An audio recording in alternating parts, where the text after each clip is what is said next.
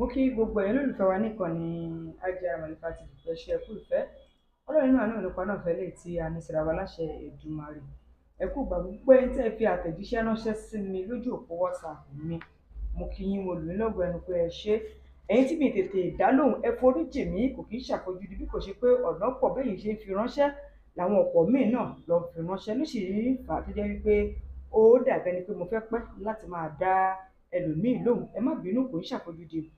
Bàbá wa, ní nǹkan bí ọ̀sẹ̀ méjì sẹ́yìn ni ẹnìkan ti ń fi àtẹ̀jíṣẹ́ lé mi kiri láti ojú òpó WhatsApp tọ̀dọ̀ mi. Ó ní wípé kí n bá òun bá Mr. Number sọ̀rọ̀ láti lè bá òun yànnàná ọjọ́ tó wọ́n bí òun nísàn. Ṣùgbọ́n mo rí kinní yìí lótìtọ́ àti lódodo, àmọ́ pẹ̀lú pé mo ń ṣe ọ̀pọ̀lọpọ̀ nǹkan ó kúrò. Àfi ìgbà tẹ́ni yẹn bẹ̀rẹ̀ sí ní pè mí lemọ́lemọ́ ni mo wò pé ṣé ẹ mọ̀ wọ́n ní ẹni tí kinní kan bá gún lẹ́sẹ̀ ló ṣe láńkọ́láńkọ́ lọ bá alábẹ. Bẹ́ẹ̀ lè yàgbáwíyọ. Mo fi wá wò pé ó dàbí pé ó kún wọn lára. Ẹni yẹn ní orúkọ àwọn ni ọ̀gbẹ́ni Sunday. Wọ́n ní wọ́n bí àwọn ní ọjọ́ 13 oṣù kejìlá ọdún 1964.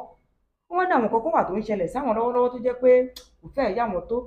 Wọ́n ní àwọn òkò kẹ́ ẹ sọ ní ojú táyé báyìí, kẹ́ ẹ bá wọn sọ ní sàn. Kí làwọn ìgbésẹ̀ táwọn ti gbé tẹ́lẹ̀ táwọn gbé lọ́wọ́ àbí tó yẹ káwọn gbé àbí tó jẹ́ pé kò yẹ káwọn gbé. Wọ́n ní ká bá wọn ṣe àtúpalẹ̀. Mr. Sunday ni wọ́n porúkọ wọn, ṣùgbọ́n ìlú tí wọ́n ti fi bá mi sọ̀rọ̀ ni wọn ò fi sí. Ọjọ́ 13 oṣù kejìlá ọdún 1964 ni wọ́n pè. Ẹ ṣeun olóòtú. Inú mi máa ń dùn tí n bá rí ẹni tó ṣe pé ó mọ complete date of birth ẹ̀. Nǹkan tí a ti máa ń béèrè ni àsìkò owó, ní aago mélòó ni. Bó ti jẹ́ pé yẹn ò common. Ṣùgbọ́n èyí tó ṣe pàtàkì ń bẹ ni pé kéèyàn mọ̀, tí àwọn bá tún mọ̀ kó tún jẹ́ original. Yes, my reason is this. Ẹlòmíì hàn mú kan ni, ẹlòmíì hàn sọ fún ni. Ẹ rí pé gbogbo nǹkan tó ń ṣe kò bá déètì yẹn mu. Ẹlòmíì ọlọ́ndẹ̀ ṣe orí birth certificate ẹ̀ tó ṣe pé àwọn òbí ẹ̀ ṣe fún gbà yẹn. Torí pé gbogbo wa kò sẹ́ni tó mọ̀gbà náà, wọ́n ń sọ fún wa ni. Now, ọjọ́ bẹ̀rẹ̀ Sunday, Mr. Sunday, ọjọ́ 13 oṣù kejìlá ọdún 1964. Àkọ́kọ́ náà tí a bá wò ó,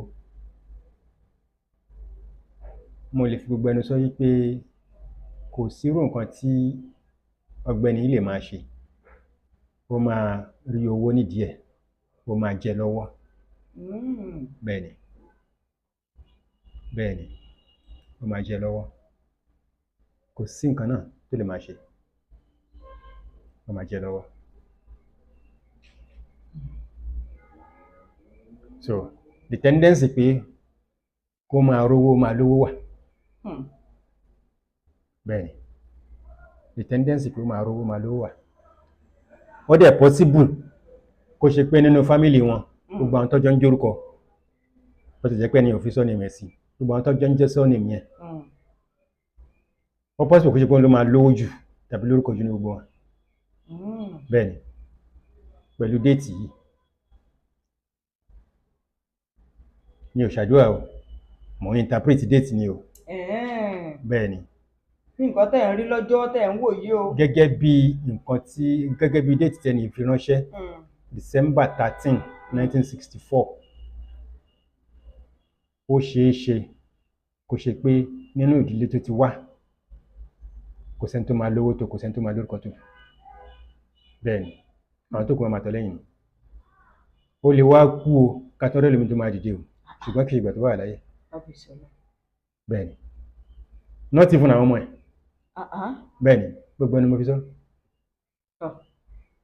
Not even àwọn ọmọ ẹ̀ ní ọmọ wa lówó tàbí lórúkọ tó, yọrọ ni. Bí àárín ẹ̀ ṣe rí nìyẹn lákọ̀ọ́kọ́. Ẹlẹ́ẹ̀kejì, ṣe rí tá a bá ń sọ pé ara èèyàn gbóná ní ọ̀rọ̀ olórogún dé, subhanallah, tí arábìnrin yẹn bá jẹ́ àbí tí Mr. Sunday yìí tó bá jẹ́ obìnrin ni, wọ́n ní òjòwú ẹ̀ pọ̀. ṣùgbọ́n bó ṣe jẹ́ ọkùnrin Mm. á ju ojú mẹ́rin lọ alára gbóná ni Mm. bẹ́ẹ̀ ni ó láìpẹ́ kí kéèyàn wà 100% loyal kò sí 99% loyalty lọ́dọ̀ títí ẹ̀. 100 ni tó o bá lé fún kó o filẹ̀ Yes. n kò kú ló. Pause. Mm. arákùnrin yìí Mm. kò sí 99% loyalty lọ́dọ̀ títí ẹ̀ Mm. 100% ni. Yes. And anytime tó bá dẹ̀ suspect pé ẹni tó ń tẹ̀lé òun àbí kan náà àwọn èèyàn ó ṣe kíní kan ó máa crush ẹ̀ ni. Mm. Yes, kò ń rò lẹ́ẹ̀mejì ó lè wá ṣínà kó máa rò bọ̀ nígbà yẹn gbàgbé ẹ̀ kò sọ̀rọ̀ tó ara rẹ̀ ń gbóná gan o ara rẹ̀ ń gbóná gan gidi. So ẹni yìí tí Ọlọ́run bá ṣe tó bá rí ìwé kà that is the best thing for him nítorí pé ó wà nínú àwọn kan tó ń pè ní ọmọ ọ̀dẹ̀dẹ̀ ògbòrò kò síbi tó gbòrò bí ò ṣe gbangba àwọn nǹkan tó fẹ́ ṣe tó yẹ kó ṣe ìwé ló lè fún opportunity yẹn ìwé ló lè fún opportunity yẹn kò sí iṣẹ́ ọwọ́ tó lè fún opportunity yẹn bó lè fẹ́ bá dé. kódà kó wá jẹ́ businessman tó bá sà ti kàwé ó máa rí lò ìpín àwọn lọ kọ́ṣẹ́ kíní kan ó lọ kọ́ kíní kan kankan 1% or 10% if not 1% gan ló máa rí lò náà ó lè máa ní problem pẹ̀lú àwọn èèyàn tó bá yẹ pé ní tó kàwé ní opportunity ó máa rí lò to the fullest. Yes, Ọlọ́run ò dẹ̀ wá dá ló lò ṣe èèyàn gẹ́gẹ́ mo ṣe tẹ́lẹ̀ náà Ọlọ́run dá pẹ̀lú owó ni he is a blessed man because ó ní Jupiter in Taurus he is a blessed man pé níjẹ mímu pé gbogbo èèyàn Ọlọ́run ti parí ẹ̀ with ease ni bẹ́ẹ̀ ni tá a bá tún wò síwájú ọ̀gbẹ́ni yìí wọ́n ní kí ó má kọjá ìlú ẹ̀ tàbí state ẹ̀ tí agbé ti bí tàbí tó ń claim tó bá lọ fún àpẹẹrẹ bóyá ó jẹ́ ọmọ Yorùbá ó wá lọ sílé òkèèrè arówó rí gbogbo ẹ̀ àti kò délé ńkọ́ láwọn nǹkan tó bá rí lọ́hùn tó bá kó délé ṣé kí ni yà thrive ṣá prosper ṣá nítorí pé ọ̀pọ̀lọpọ̀ ọrú àwọn èèyàn báyìí gẹ́gẹ́ bí déètì ṣe sọ tó bá lọ sílé òkèèrè ó máa rówó akẹ́rùkẹ́rù ó lè má lè kó délé wọ́n nìyẹn ẹlẹ́ẹ̀kejì tó bá kó délé gan sẹ̀nádé ó máa parẹ́ ni lọ́pọ̀lọpọ̀ ọgbà nǹkan tó bá kó bọ̀ látòkè òkun ó máa ń parẹ́ ni láti ìlú tó ṣe pé outside their origin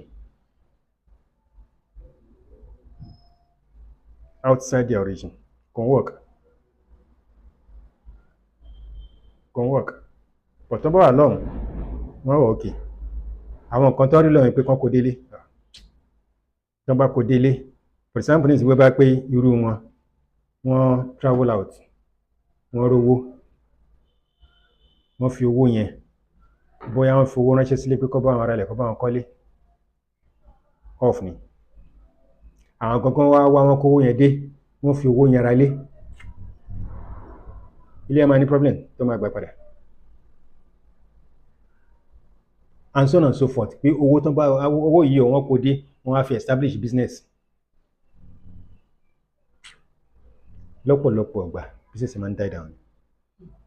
ṣùgbọ́n gbẹ́jẹ́ lè tán pa nínú ìlú tó ti bí wọn kọ́.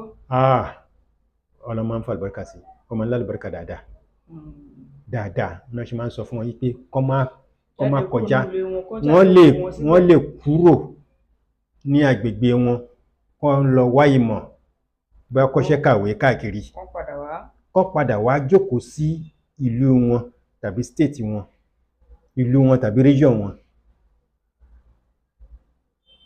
ó máa ń pè wọn kí pé kán lọ jókòó sí ibi tí ò kì í ṣe títí wọn lọ.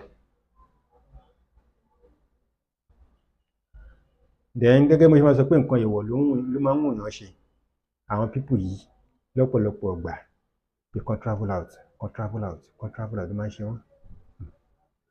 Ìmí ìgan dẹ̀ rèé á kàwé kọjá bó ṣe yẹ. Wọ́n bá wé díẹ̀ ni ìtàn bá dẹ̀ kà ọlọ́mọ fàlùbọ́kà sí.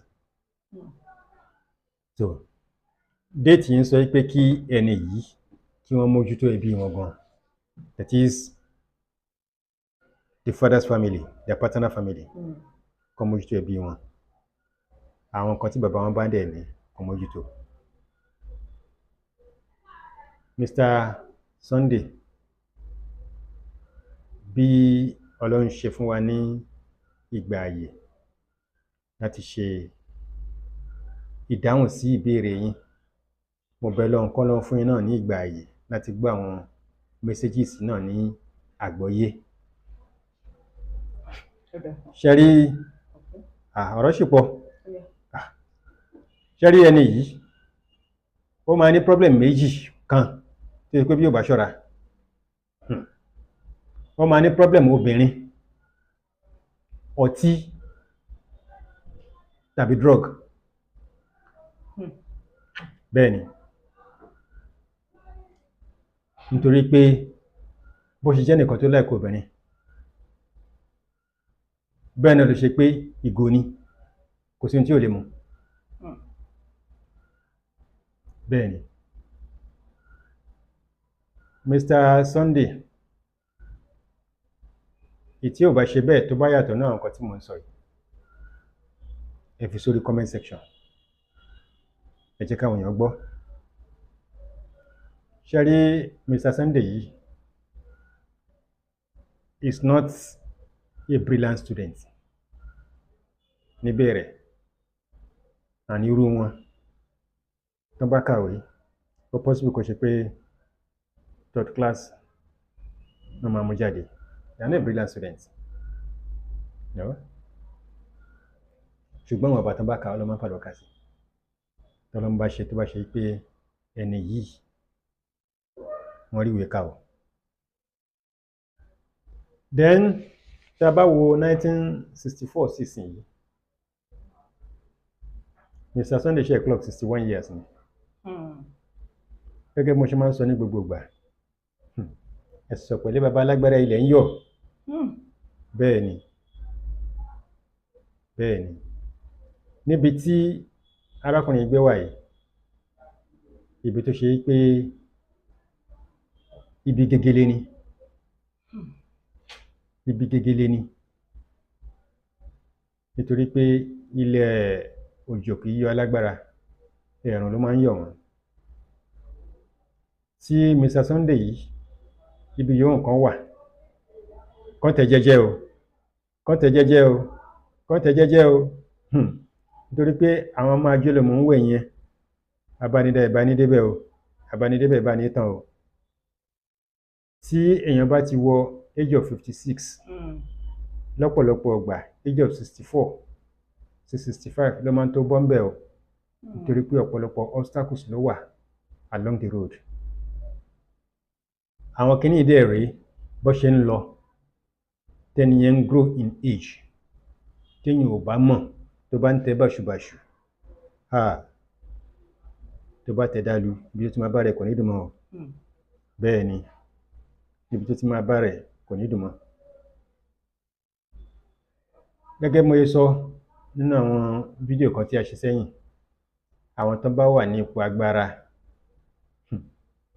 láti 2025 yìí, àfikún tẹ jẹ́jẹ́ o, wàláì, àfikún tẹ jẹ́jẹ́. Ẹnìkan ṣe agbára lò, wàhálà àásán, you will pay. Ó ṣì lò àásán. Bẹ́ẹ̀ ni, mi ò mọ iṣẹ́ tí Mr. Sunday yìí ń ṣe, mi ò dẹ̀ mọ̀ ipò tán wà, ṣùgbọ́n anywhere tán bá wà, ibi tó ní kálukú bá wà ní tiẹ̀ ti máa bá o. Bẹ́ẹ̀ ni, ibi tó ní kálukú bá wà ní tiẹ̀ ti máa bá. So ibi orí nǹkan wà, kán tẹ̀ jẹ́jẹ́, nítorí pé ilẹ̀ ń yọ̀. Ní àsìkò tá a wà yìí, ìbá dáa jù tí Mr. Sunday yìí tán bá lè yọ nǹkan tó ń jẹ́ celebration of birthday kúrò nínú ọ̀rọ̀ wọn. Celebration of birthdays kan yọ kúrò nínú ọ̀rọ̀ wọn. Ìbá dáa, ìbá ṣàǹfààní fún wọn. Nítorí pé ọ̀pọ̀lọpọ̀ àwọn èèyàn tí wọ́n máa ń celebrate birthday, especially birthday of 60 or around 60, ọ̀pọ̀lọpọ̀ wọn máa ń ṣòkò ara wọn ni. Bẹ́ẹ̀ ni, ọ̀pọ̀lọpọ̀ wọn máa ń ṣòkò ara wọn ni. Àìmọye number of people. Bíi 2 weeks ago kọ́nà la wo fọ́nrán kan lórí ẹ̀rọ ayélujára tí ẹnìkan tíyàwó ẹ̀ tó ń ṣe celebration of birthday, 60th birthday, tọkọ ẹ̀ fi give up ńbẹ̀. So èyí máa ń sọ fáwọn èèyàn pé kò sí nǹkan kan ńbẹ̀. Àwọn ń wò pé báyà pé àwọn give time to God. You are not giving time to God at all. You are not. Nítorí pé nǹkan tí time yẹn wà fún, it should be a time of sober reflection and not time of celebration. So ẹ jẹ́ olóòtú, kí ni yóò kí n ṣe nǹkan tó ṣe pé àṣẹ máa nídìí láti máa wọnú ẹ̀mí sí. Ẹ hàn jẹ́ ká wo àwọn èèyàn tó wà lẹ́gbẹ̀gbẹ̀ wa táwọn tá a mọ̀, àwọn tó ṣe pé a ti lọ síbi celebrations wọn tó ń ṣe 50 tàbí 60. Nítorí pé àwa tá a bá bá wọn ṣe tá a lọ síbẹ̀, a kì í padà lọ lẹ́yìn láti lọ kí ló ń ṣẹlẹ̀ fún wọn. Àárò pé bá gbogbo ẹ̀ lọ déédéé, kò ń lọ déédéé. Problems ni upon problems. And I wonder why people are still doing it. Problems ni upon problems. So Mr. Sunday, ìbá dáa tẹ́ bá lè jáwọ́ for your own good. Kíkú ṣe lémi lẹ́tí máa ṣe, kí lè ṣe owó mi lè fẹ́ fi ṣe. Tọ́lọ́ ń bá ṣe tẹ́ ẹ̀ bá celebrate 60 ní last year, good. Tẹ́ bá dẹ̀ ṣe, Ọlọ́run ọba lọ́ba tó ń ṣọ́ ni, kọ́lọ́run kó ṣọ́ gbogbo wa. Fine. Pàtàkì ohun tí èmi ń tẹnumọ́ ń bẹ̀rẹ̀, Mr. Sunday, ẹ̀tẹ̀ jẹ́jẹ́ o. Ẹ̀yin àgbà lè sọ pé eṣin ń jábàálù o. Bẹ́ẹ̀ ni, nǹkan tí ò tó nǹkan, wọ́n máa ń rí alágbára bó láti ibi tán bá wà o. Wàláì, alágbára tó ti tẹ irin tó ti tẹ ẹ̀fọ̀n, ó lè tẹ àkànyín kó di nǹkan tí wọ́n máa yọ́ lẹ́nu o. Ọlọ́run á gbà fún wa o, Ọlọ́run á tọ́ wa sọ́nà o. Ó dára jẹ́ ń ṣe báyìí tí Mr. Sunday bá fẹ́ kí ẹ tó bá fẹ́ bá yín sọ̀rọ̀ ní ẹ̀yìn nìkan, bá mi fi ẹ̀rọ ìbánisọ̀rọ̀ yín lédè ẹ̀dá kan. Yes, ẹ̀rọ ìbánisọ̀rọ̀ ni 0815 2709 351 from Nigeria. Ó dáa, bàbá wa Sunday adúpẹ́ pọ̀ wípé ẹ kàn sí wa, mo rò pa ti jẹ́ iṣẹ́ yín tí ò wá tí ì tẹ́yìn lọ́rùn tó. Àǹfààní wà láti bá Mr. Number sọ̀rọ̀ nísàn-án lẹ́yìn àti wọn nìkan. Títí gbẹ̀rún tá a sòfin nípàdé ayọ̀, ẹ jẹ́ máa kí ẹni tí ó wà nídìí ojú ẹ̀rọ yẹn aláṣẹ àpàṣẹ OK Media Concept, bàbá wa Honorable Wasiu Ọlálékan Ìfẹ́owó Akíndàdàpọ̀ ẹ̀ṣẹ̀ ẹ̀kọ́ àti àárọ̀. Ajé ẹ̀rọ mọ̀lúfà gbọ́n máa gbòòrò orúkọ tèmi, bá mi pín fọ́nrán yìí ó lè wúlò fẹ́ lòmí o. Bẹ́ẹ̀ nítorí ọ̀rọ̀ sí tí òun lọ̀rọ̀ ta sọ kalẹ̀ yìí. Ẹ máa gbàgbé pé àwọn kan wà nípò àṣẹ lórílẹ̀‐èdè Nàìjíríà tó jẹ́ wípé àwọn náà nílò láti máa gbọ́ bí ọ̀rọ̀ sí tí ìyànjú báyìí ní gbogbo ìgbà. Títí gbàgbé tá a sòfin nípàdé rẹ̀ jẹ́ wà lálàáfíà, tó lálàáfíà tẹ̀rí yẹn náà tá a bá ní gbogbo wa lálọ́rọ̀ ilé tó jẹ́ èyí tí ó bá wa kalẹ̀. Ẹ ṣé o, ẹ kú ìfẹ́.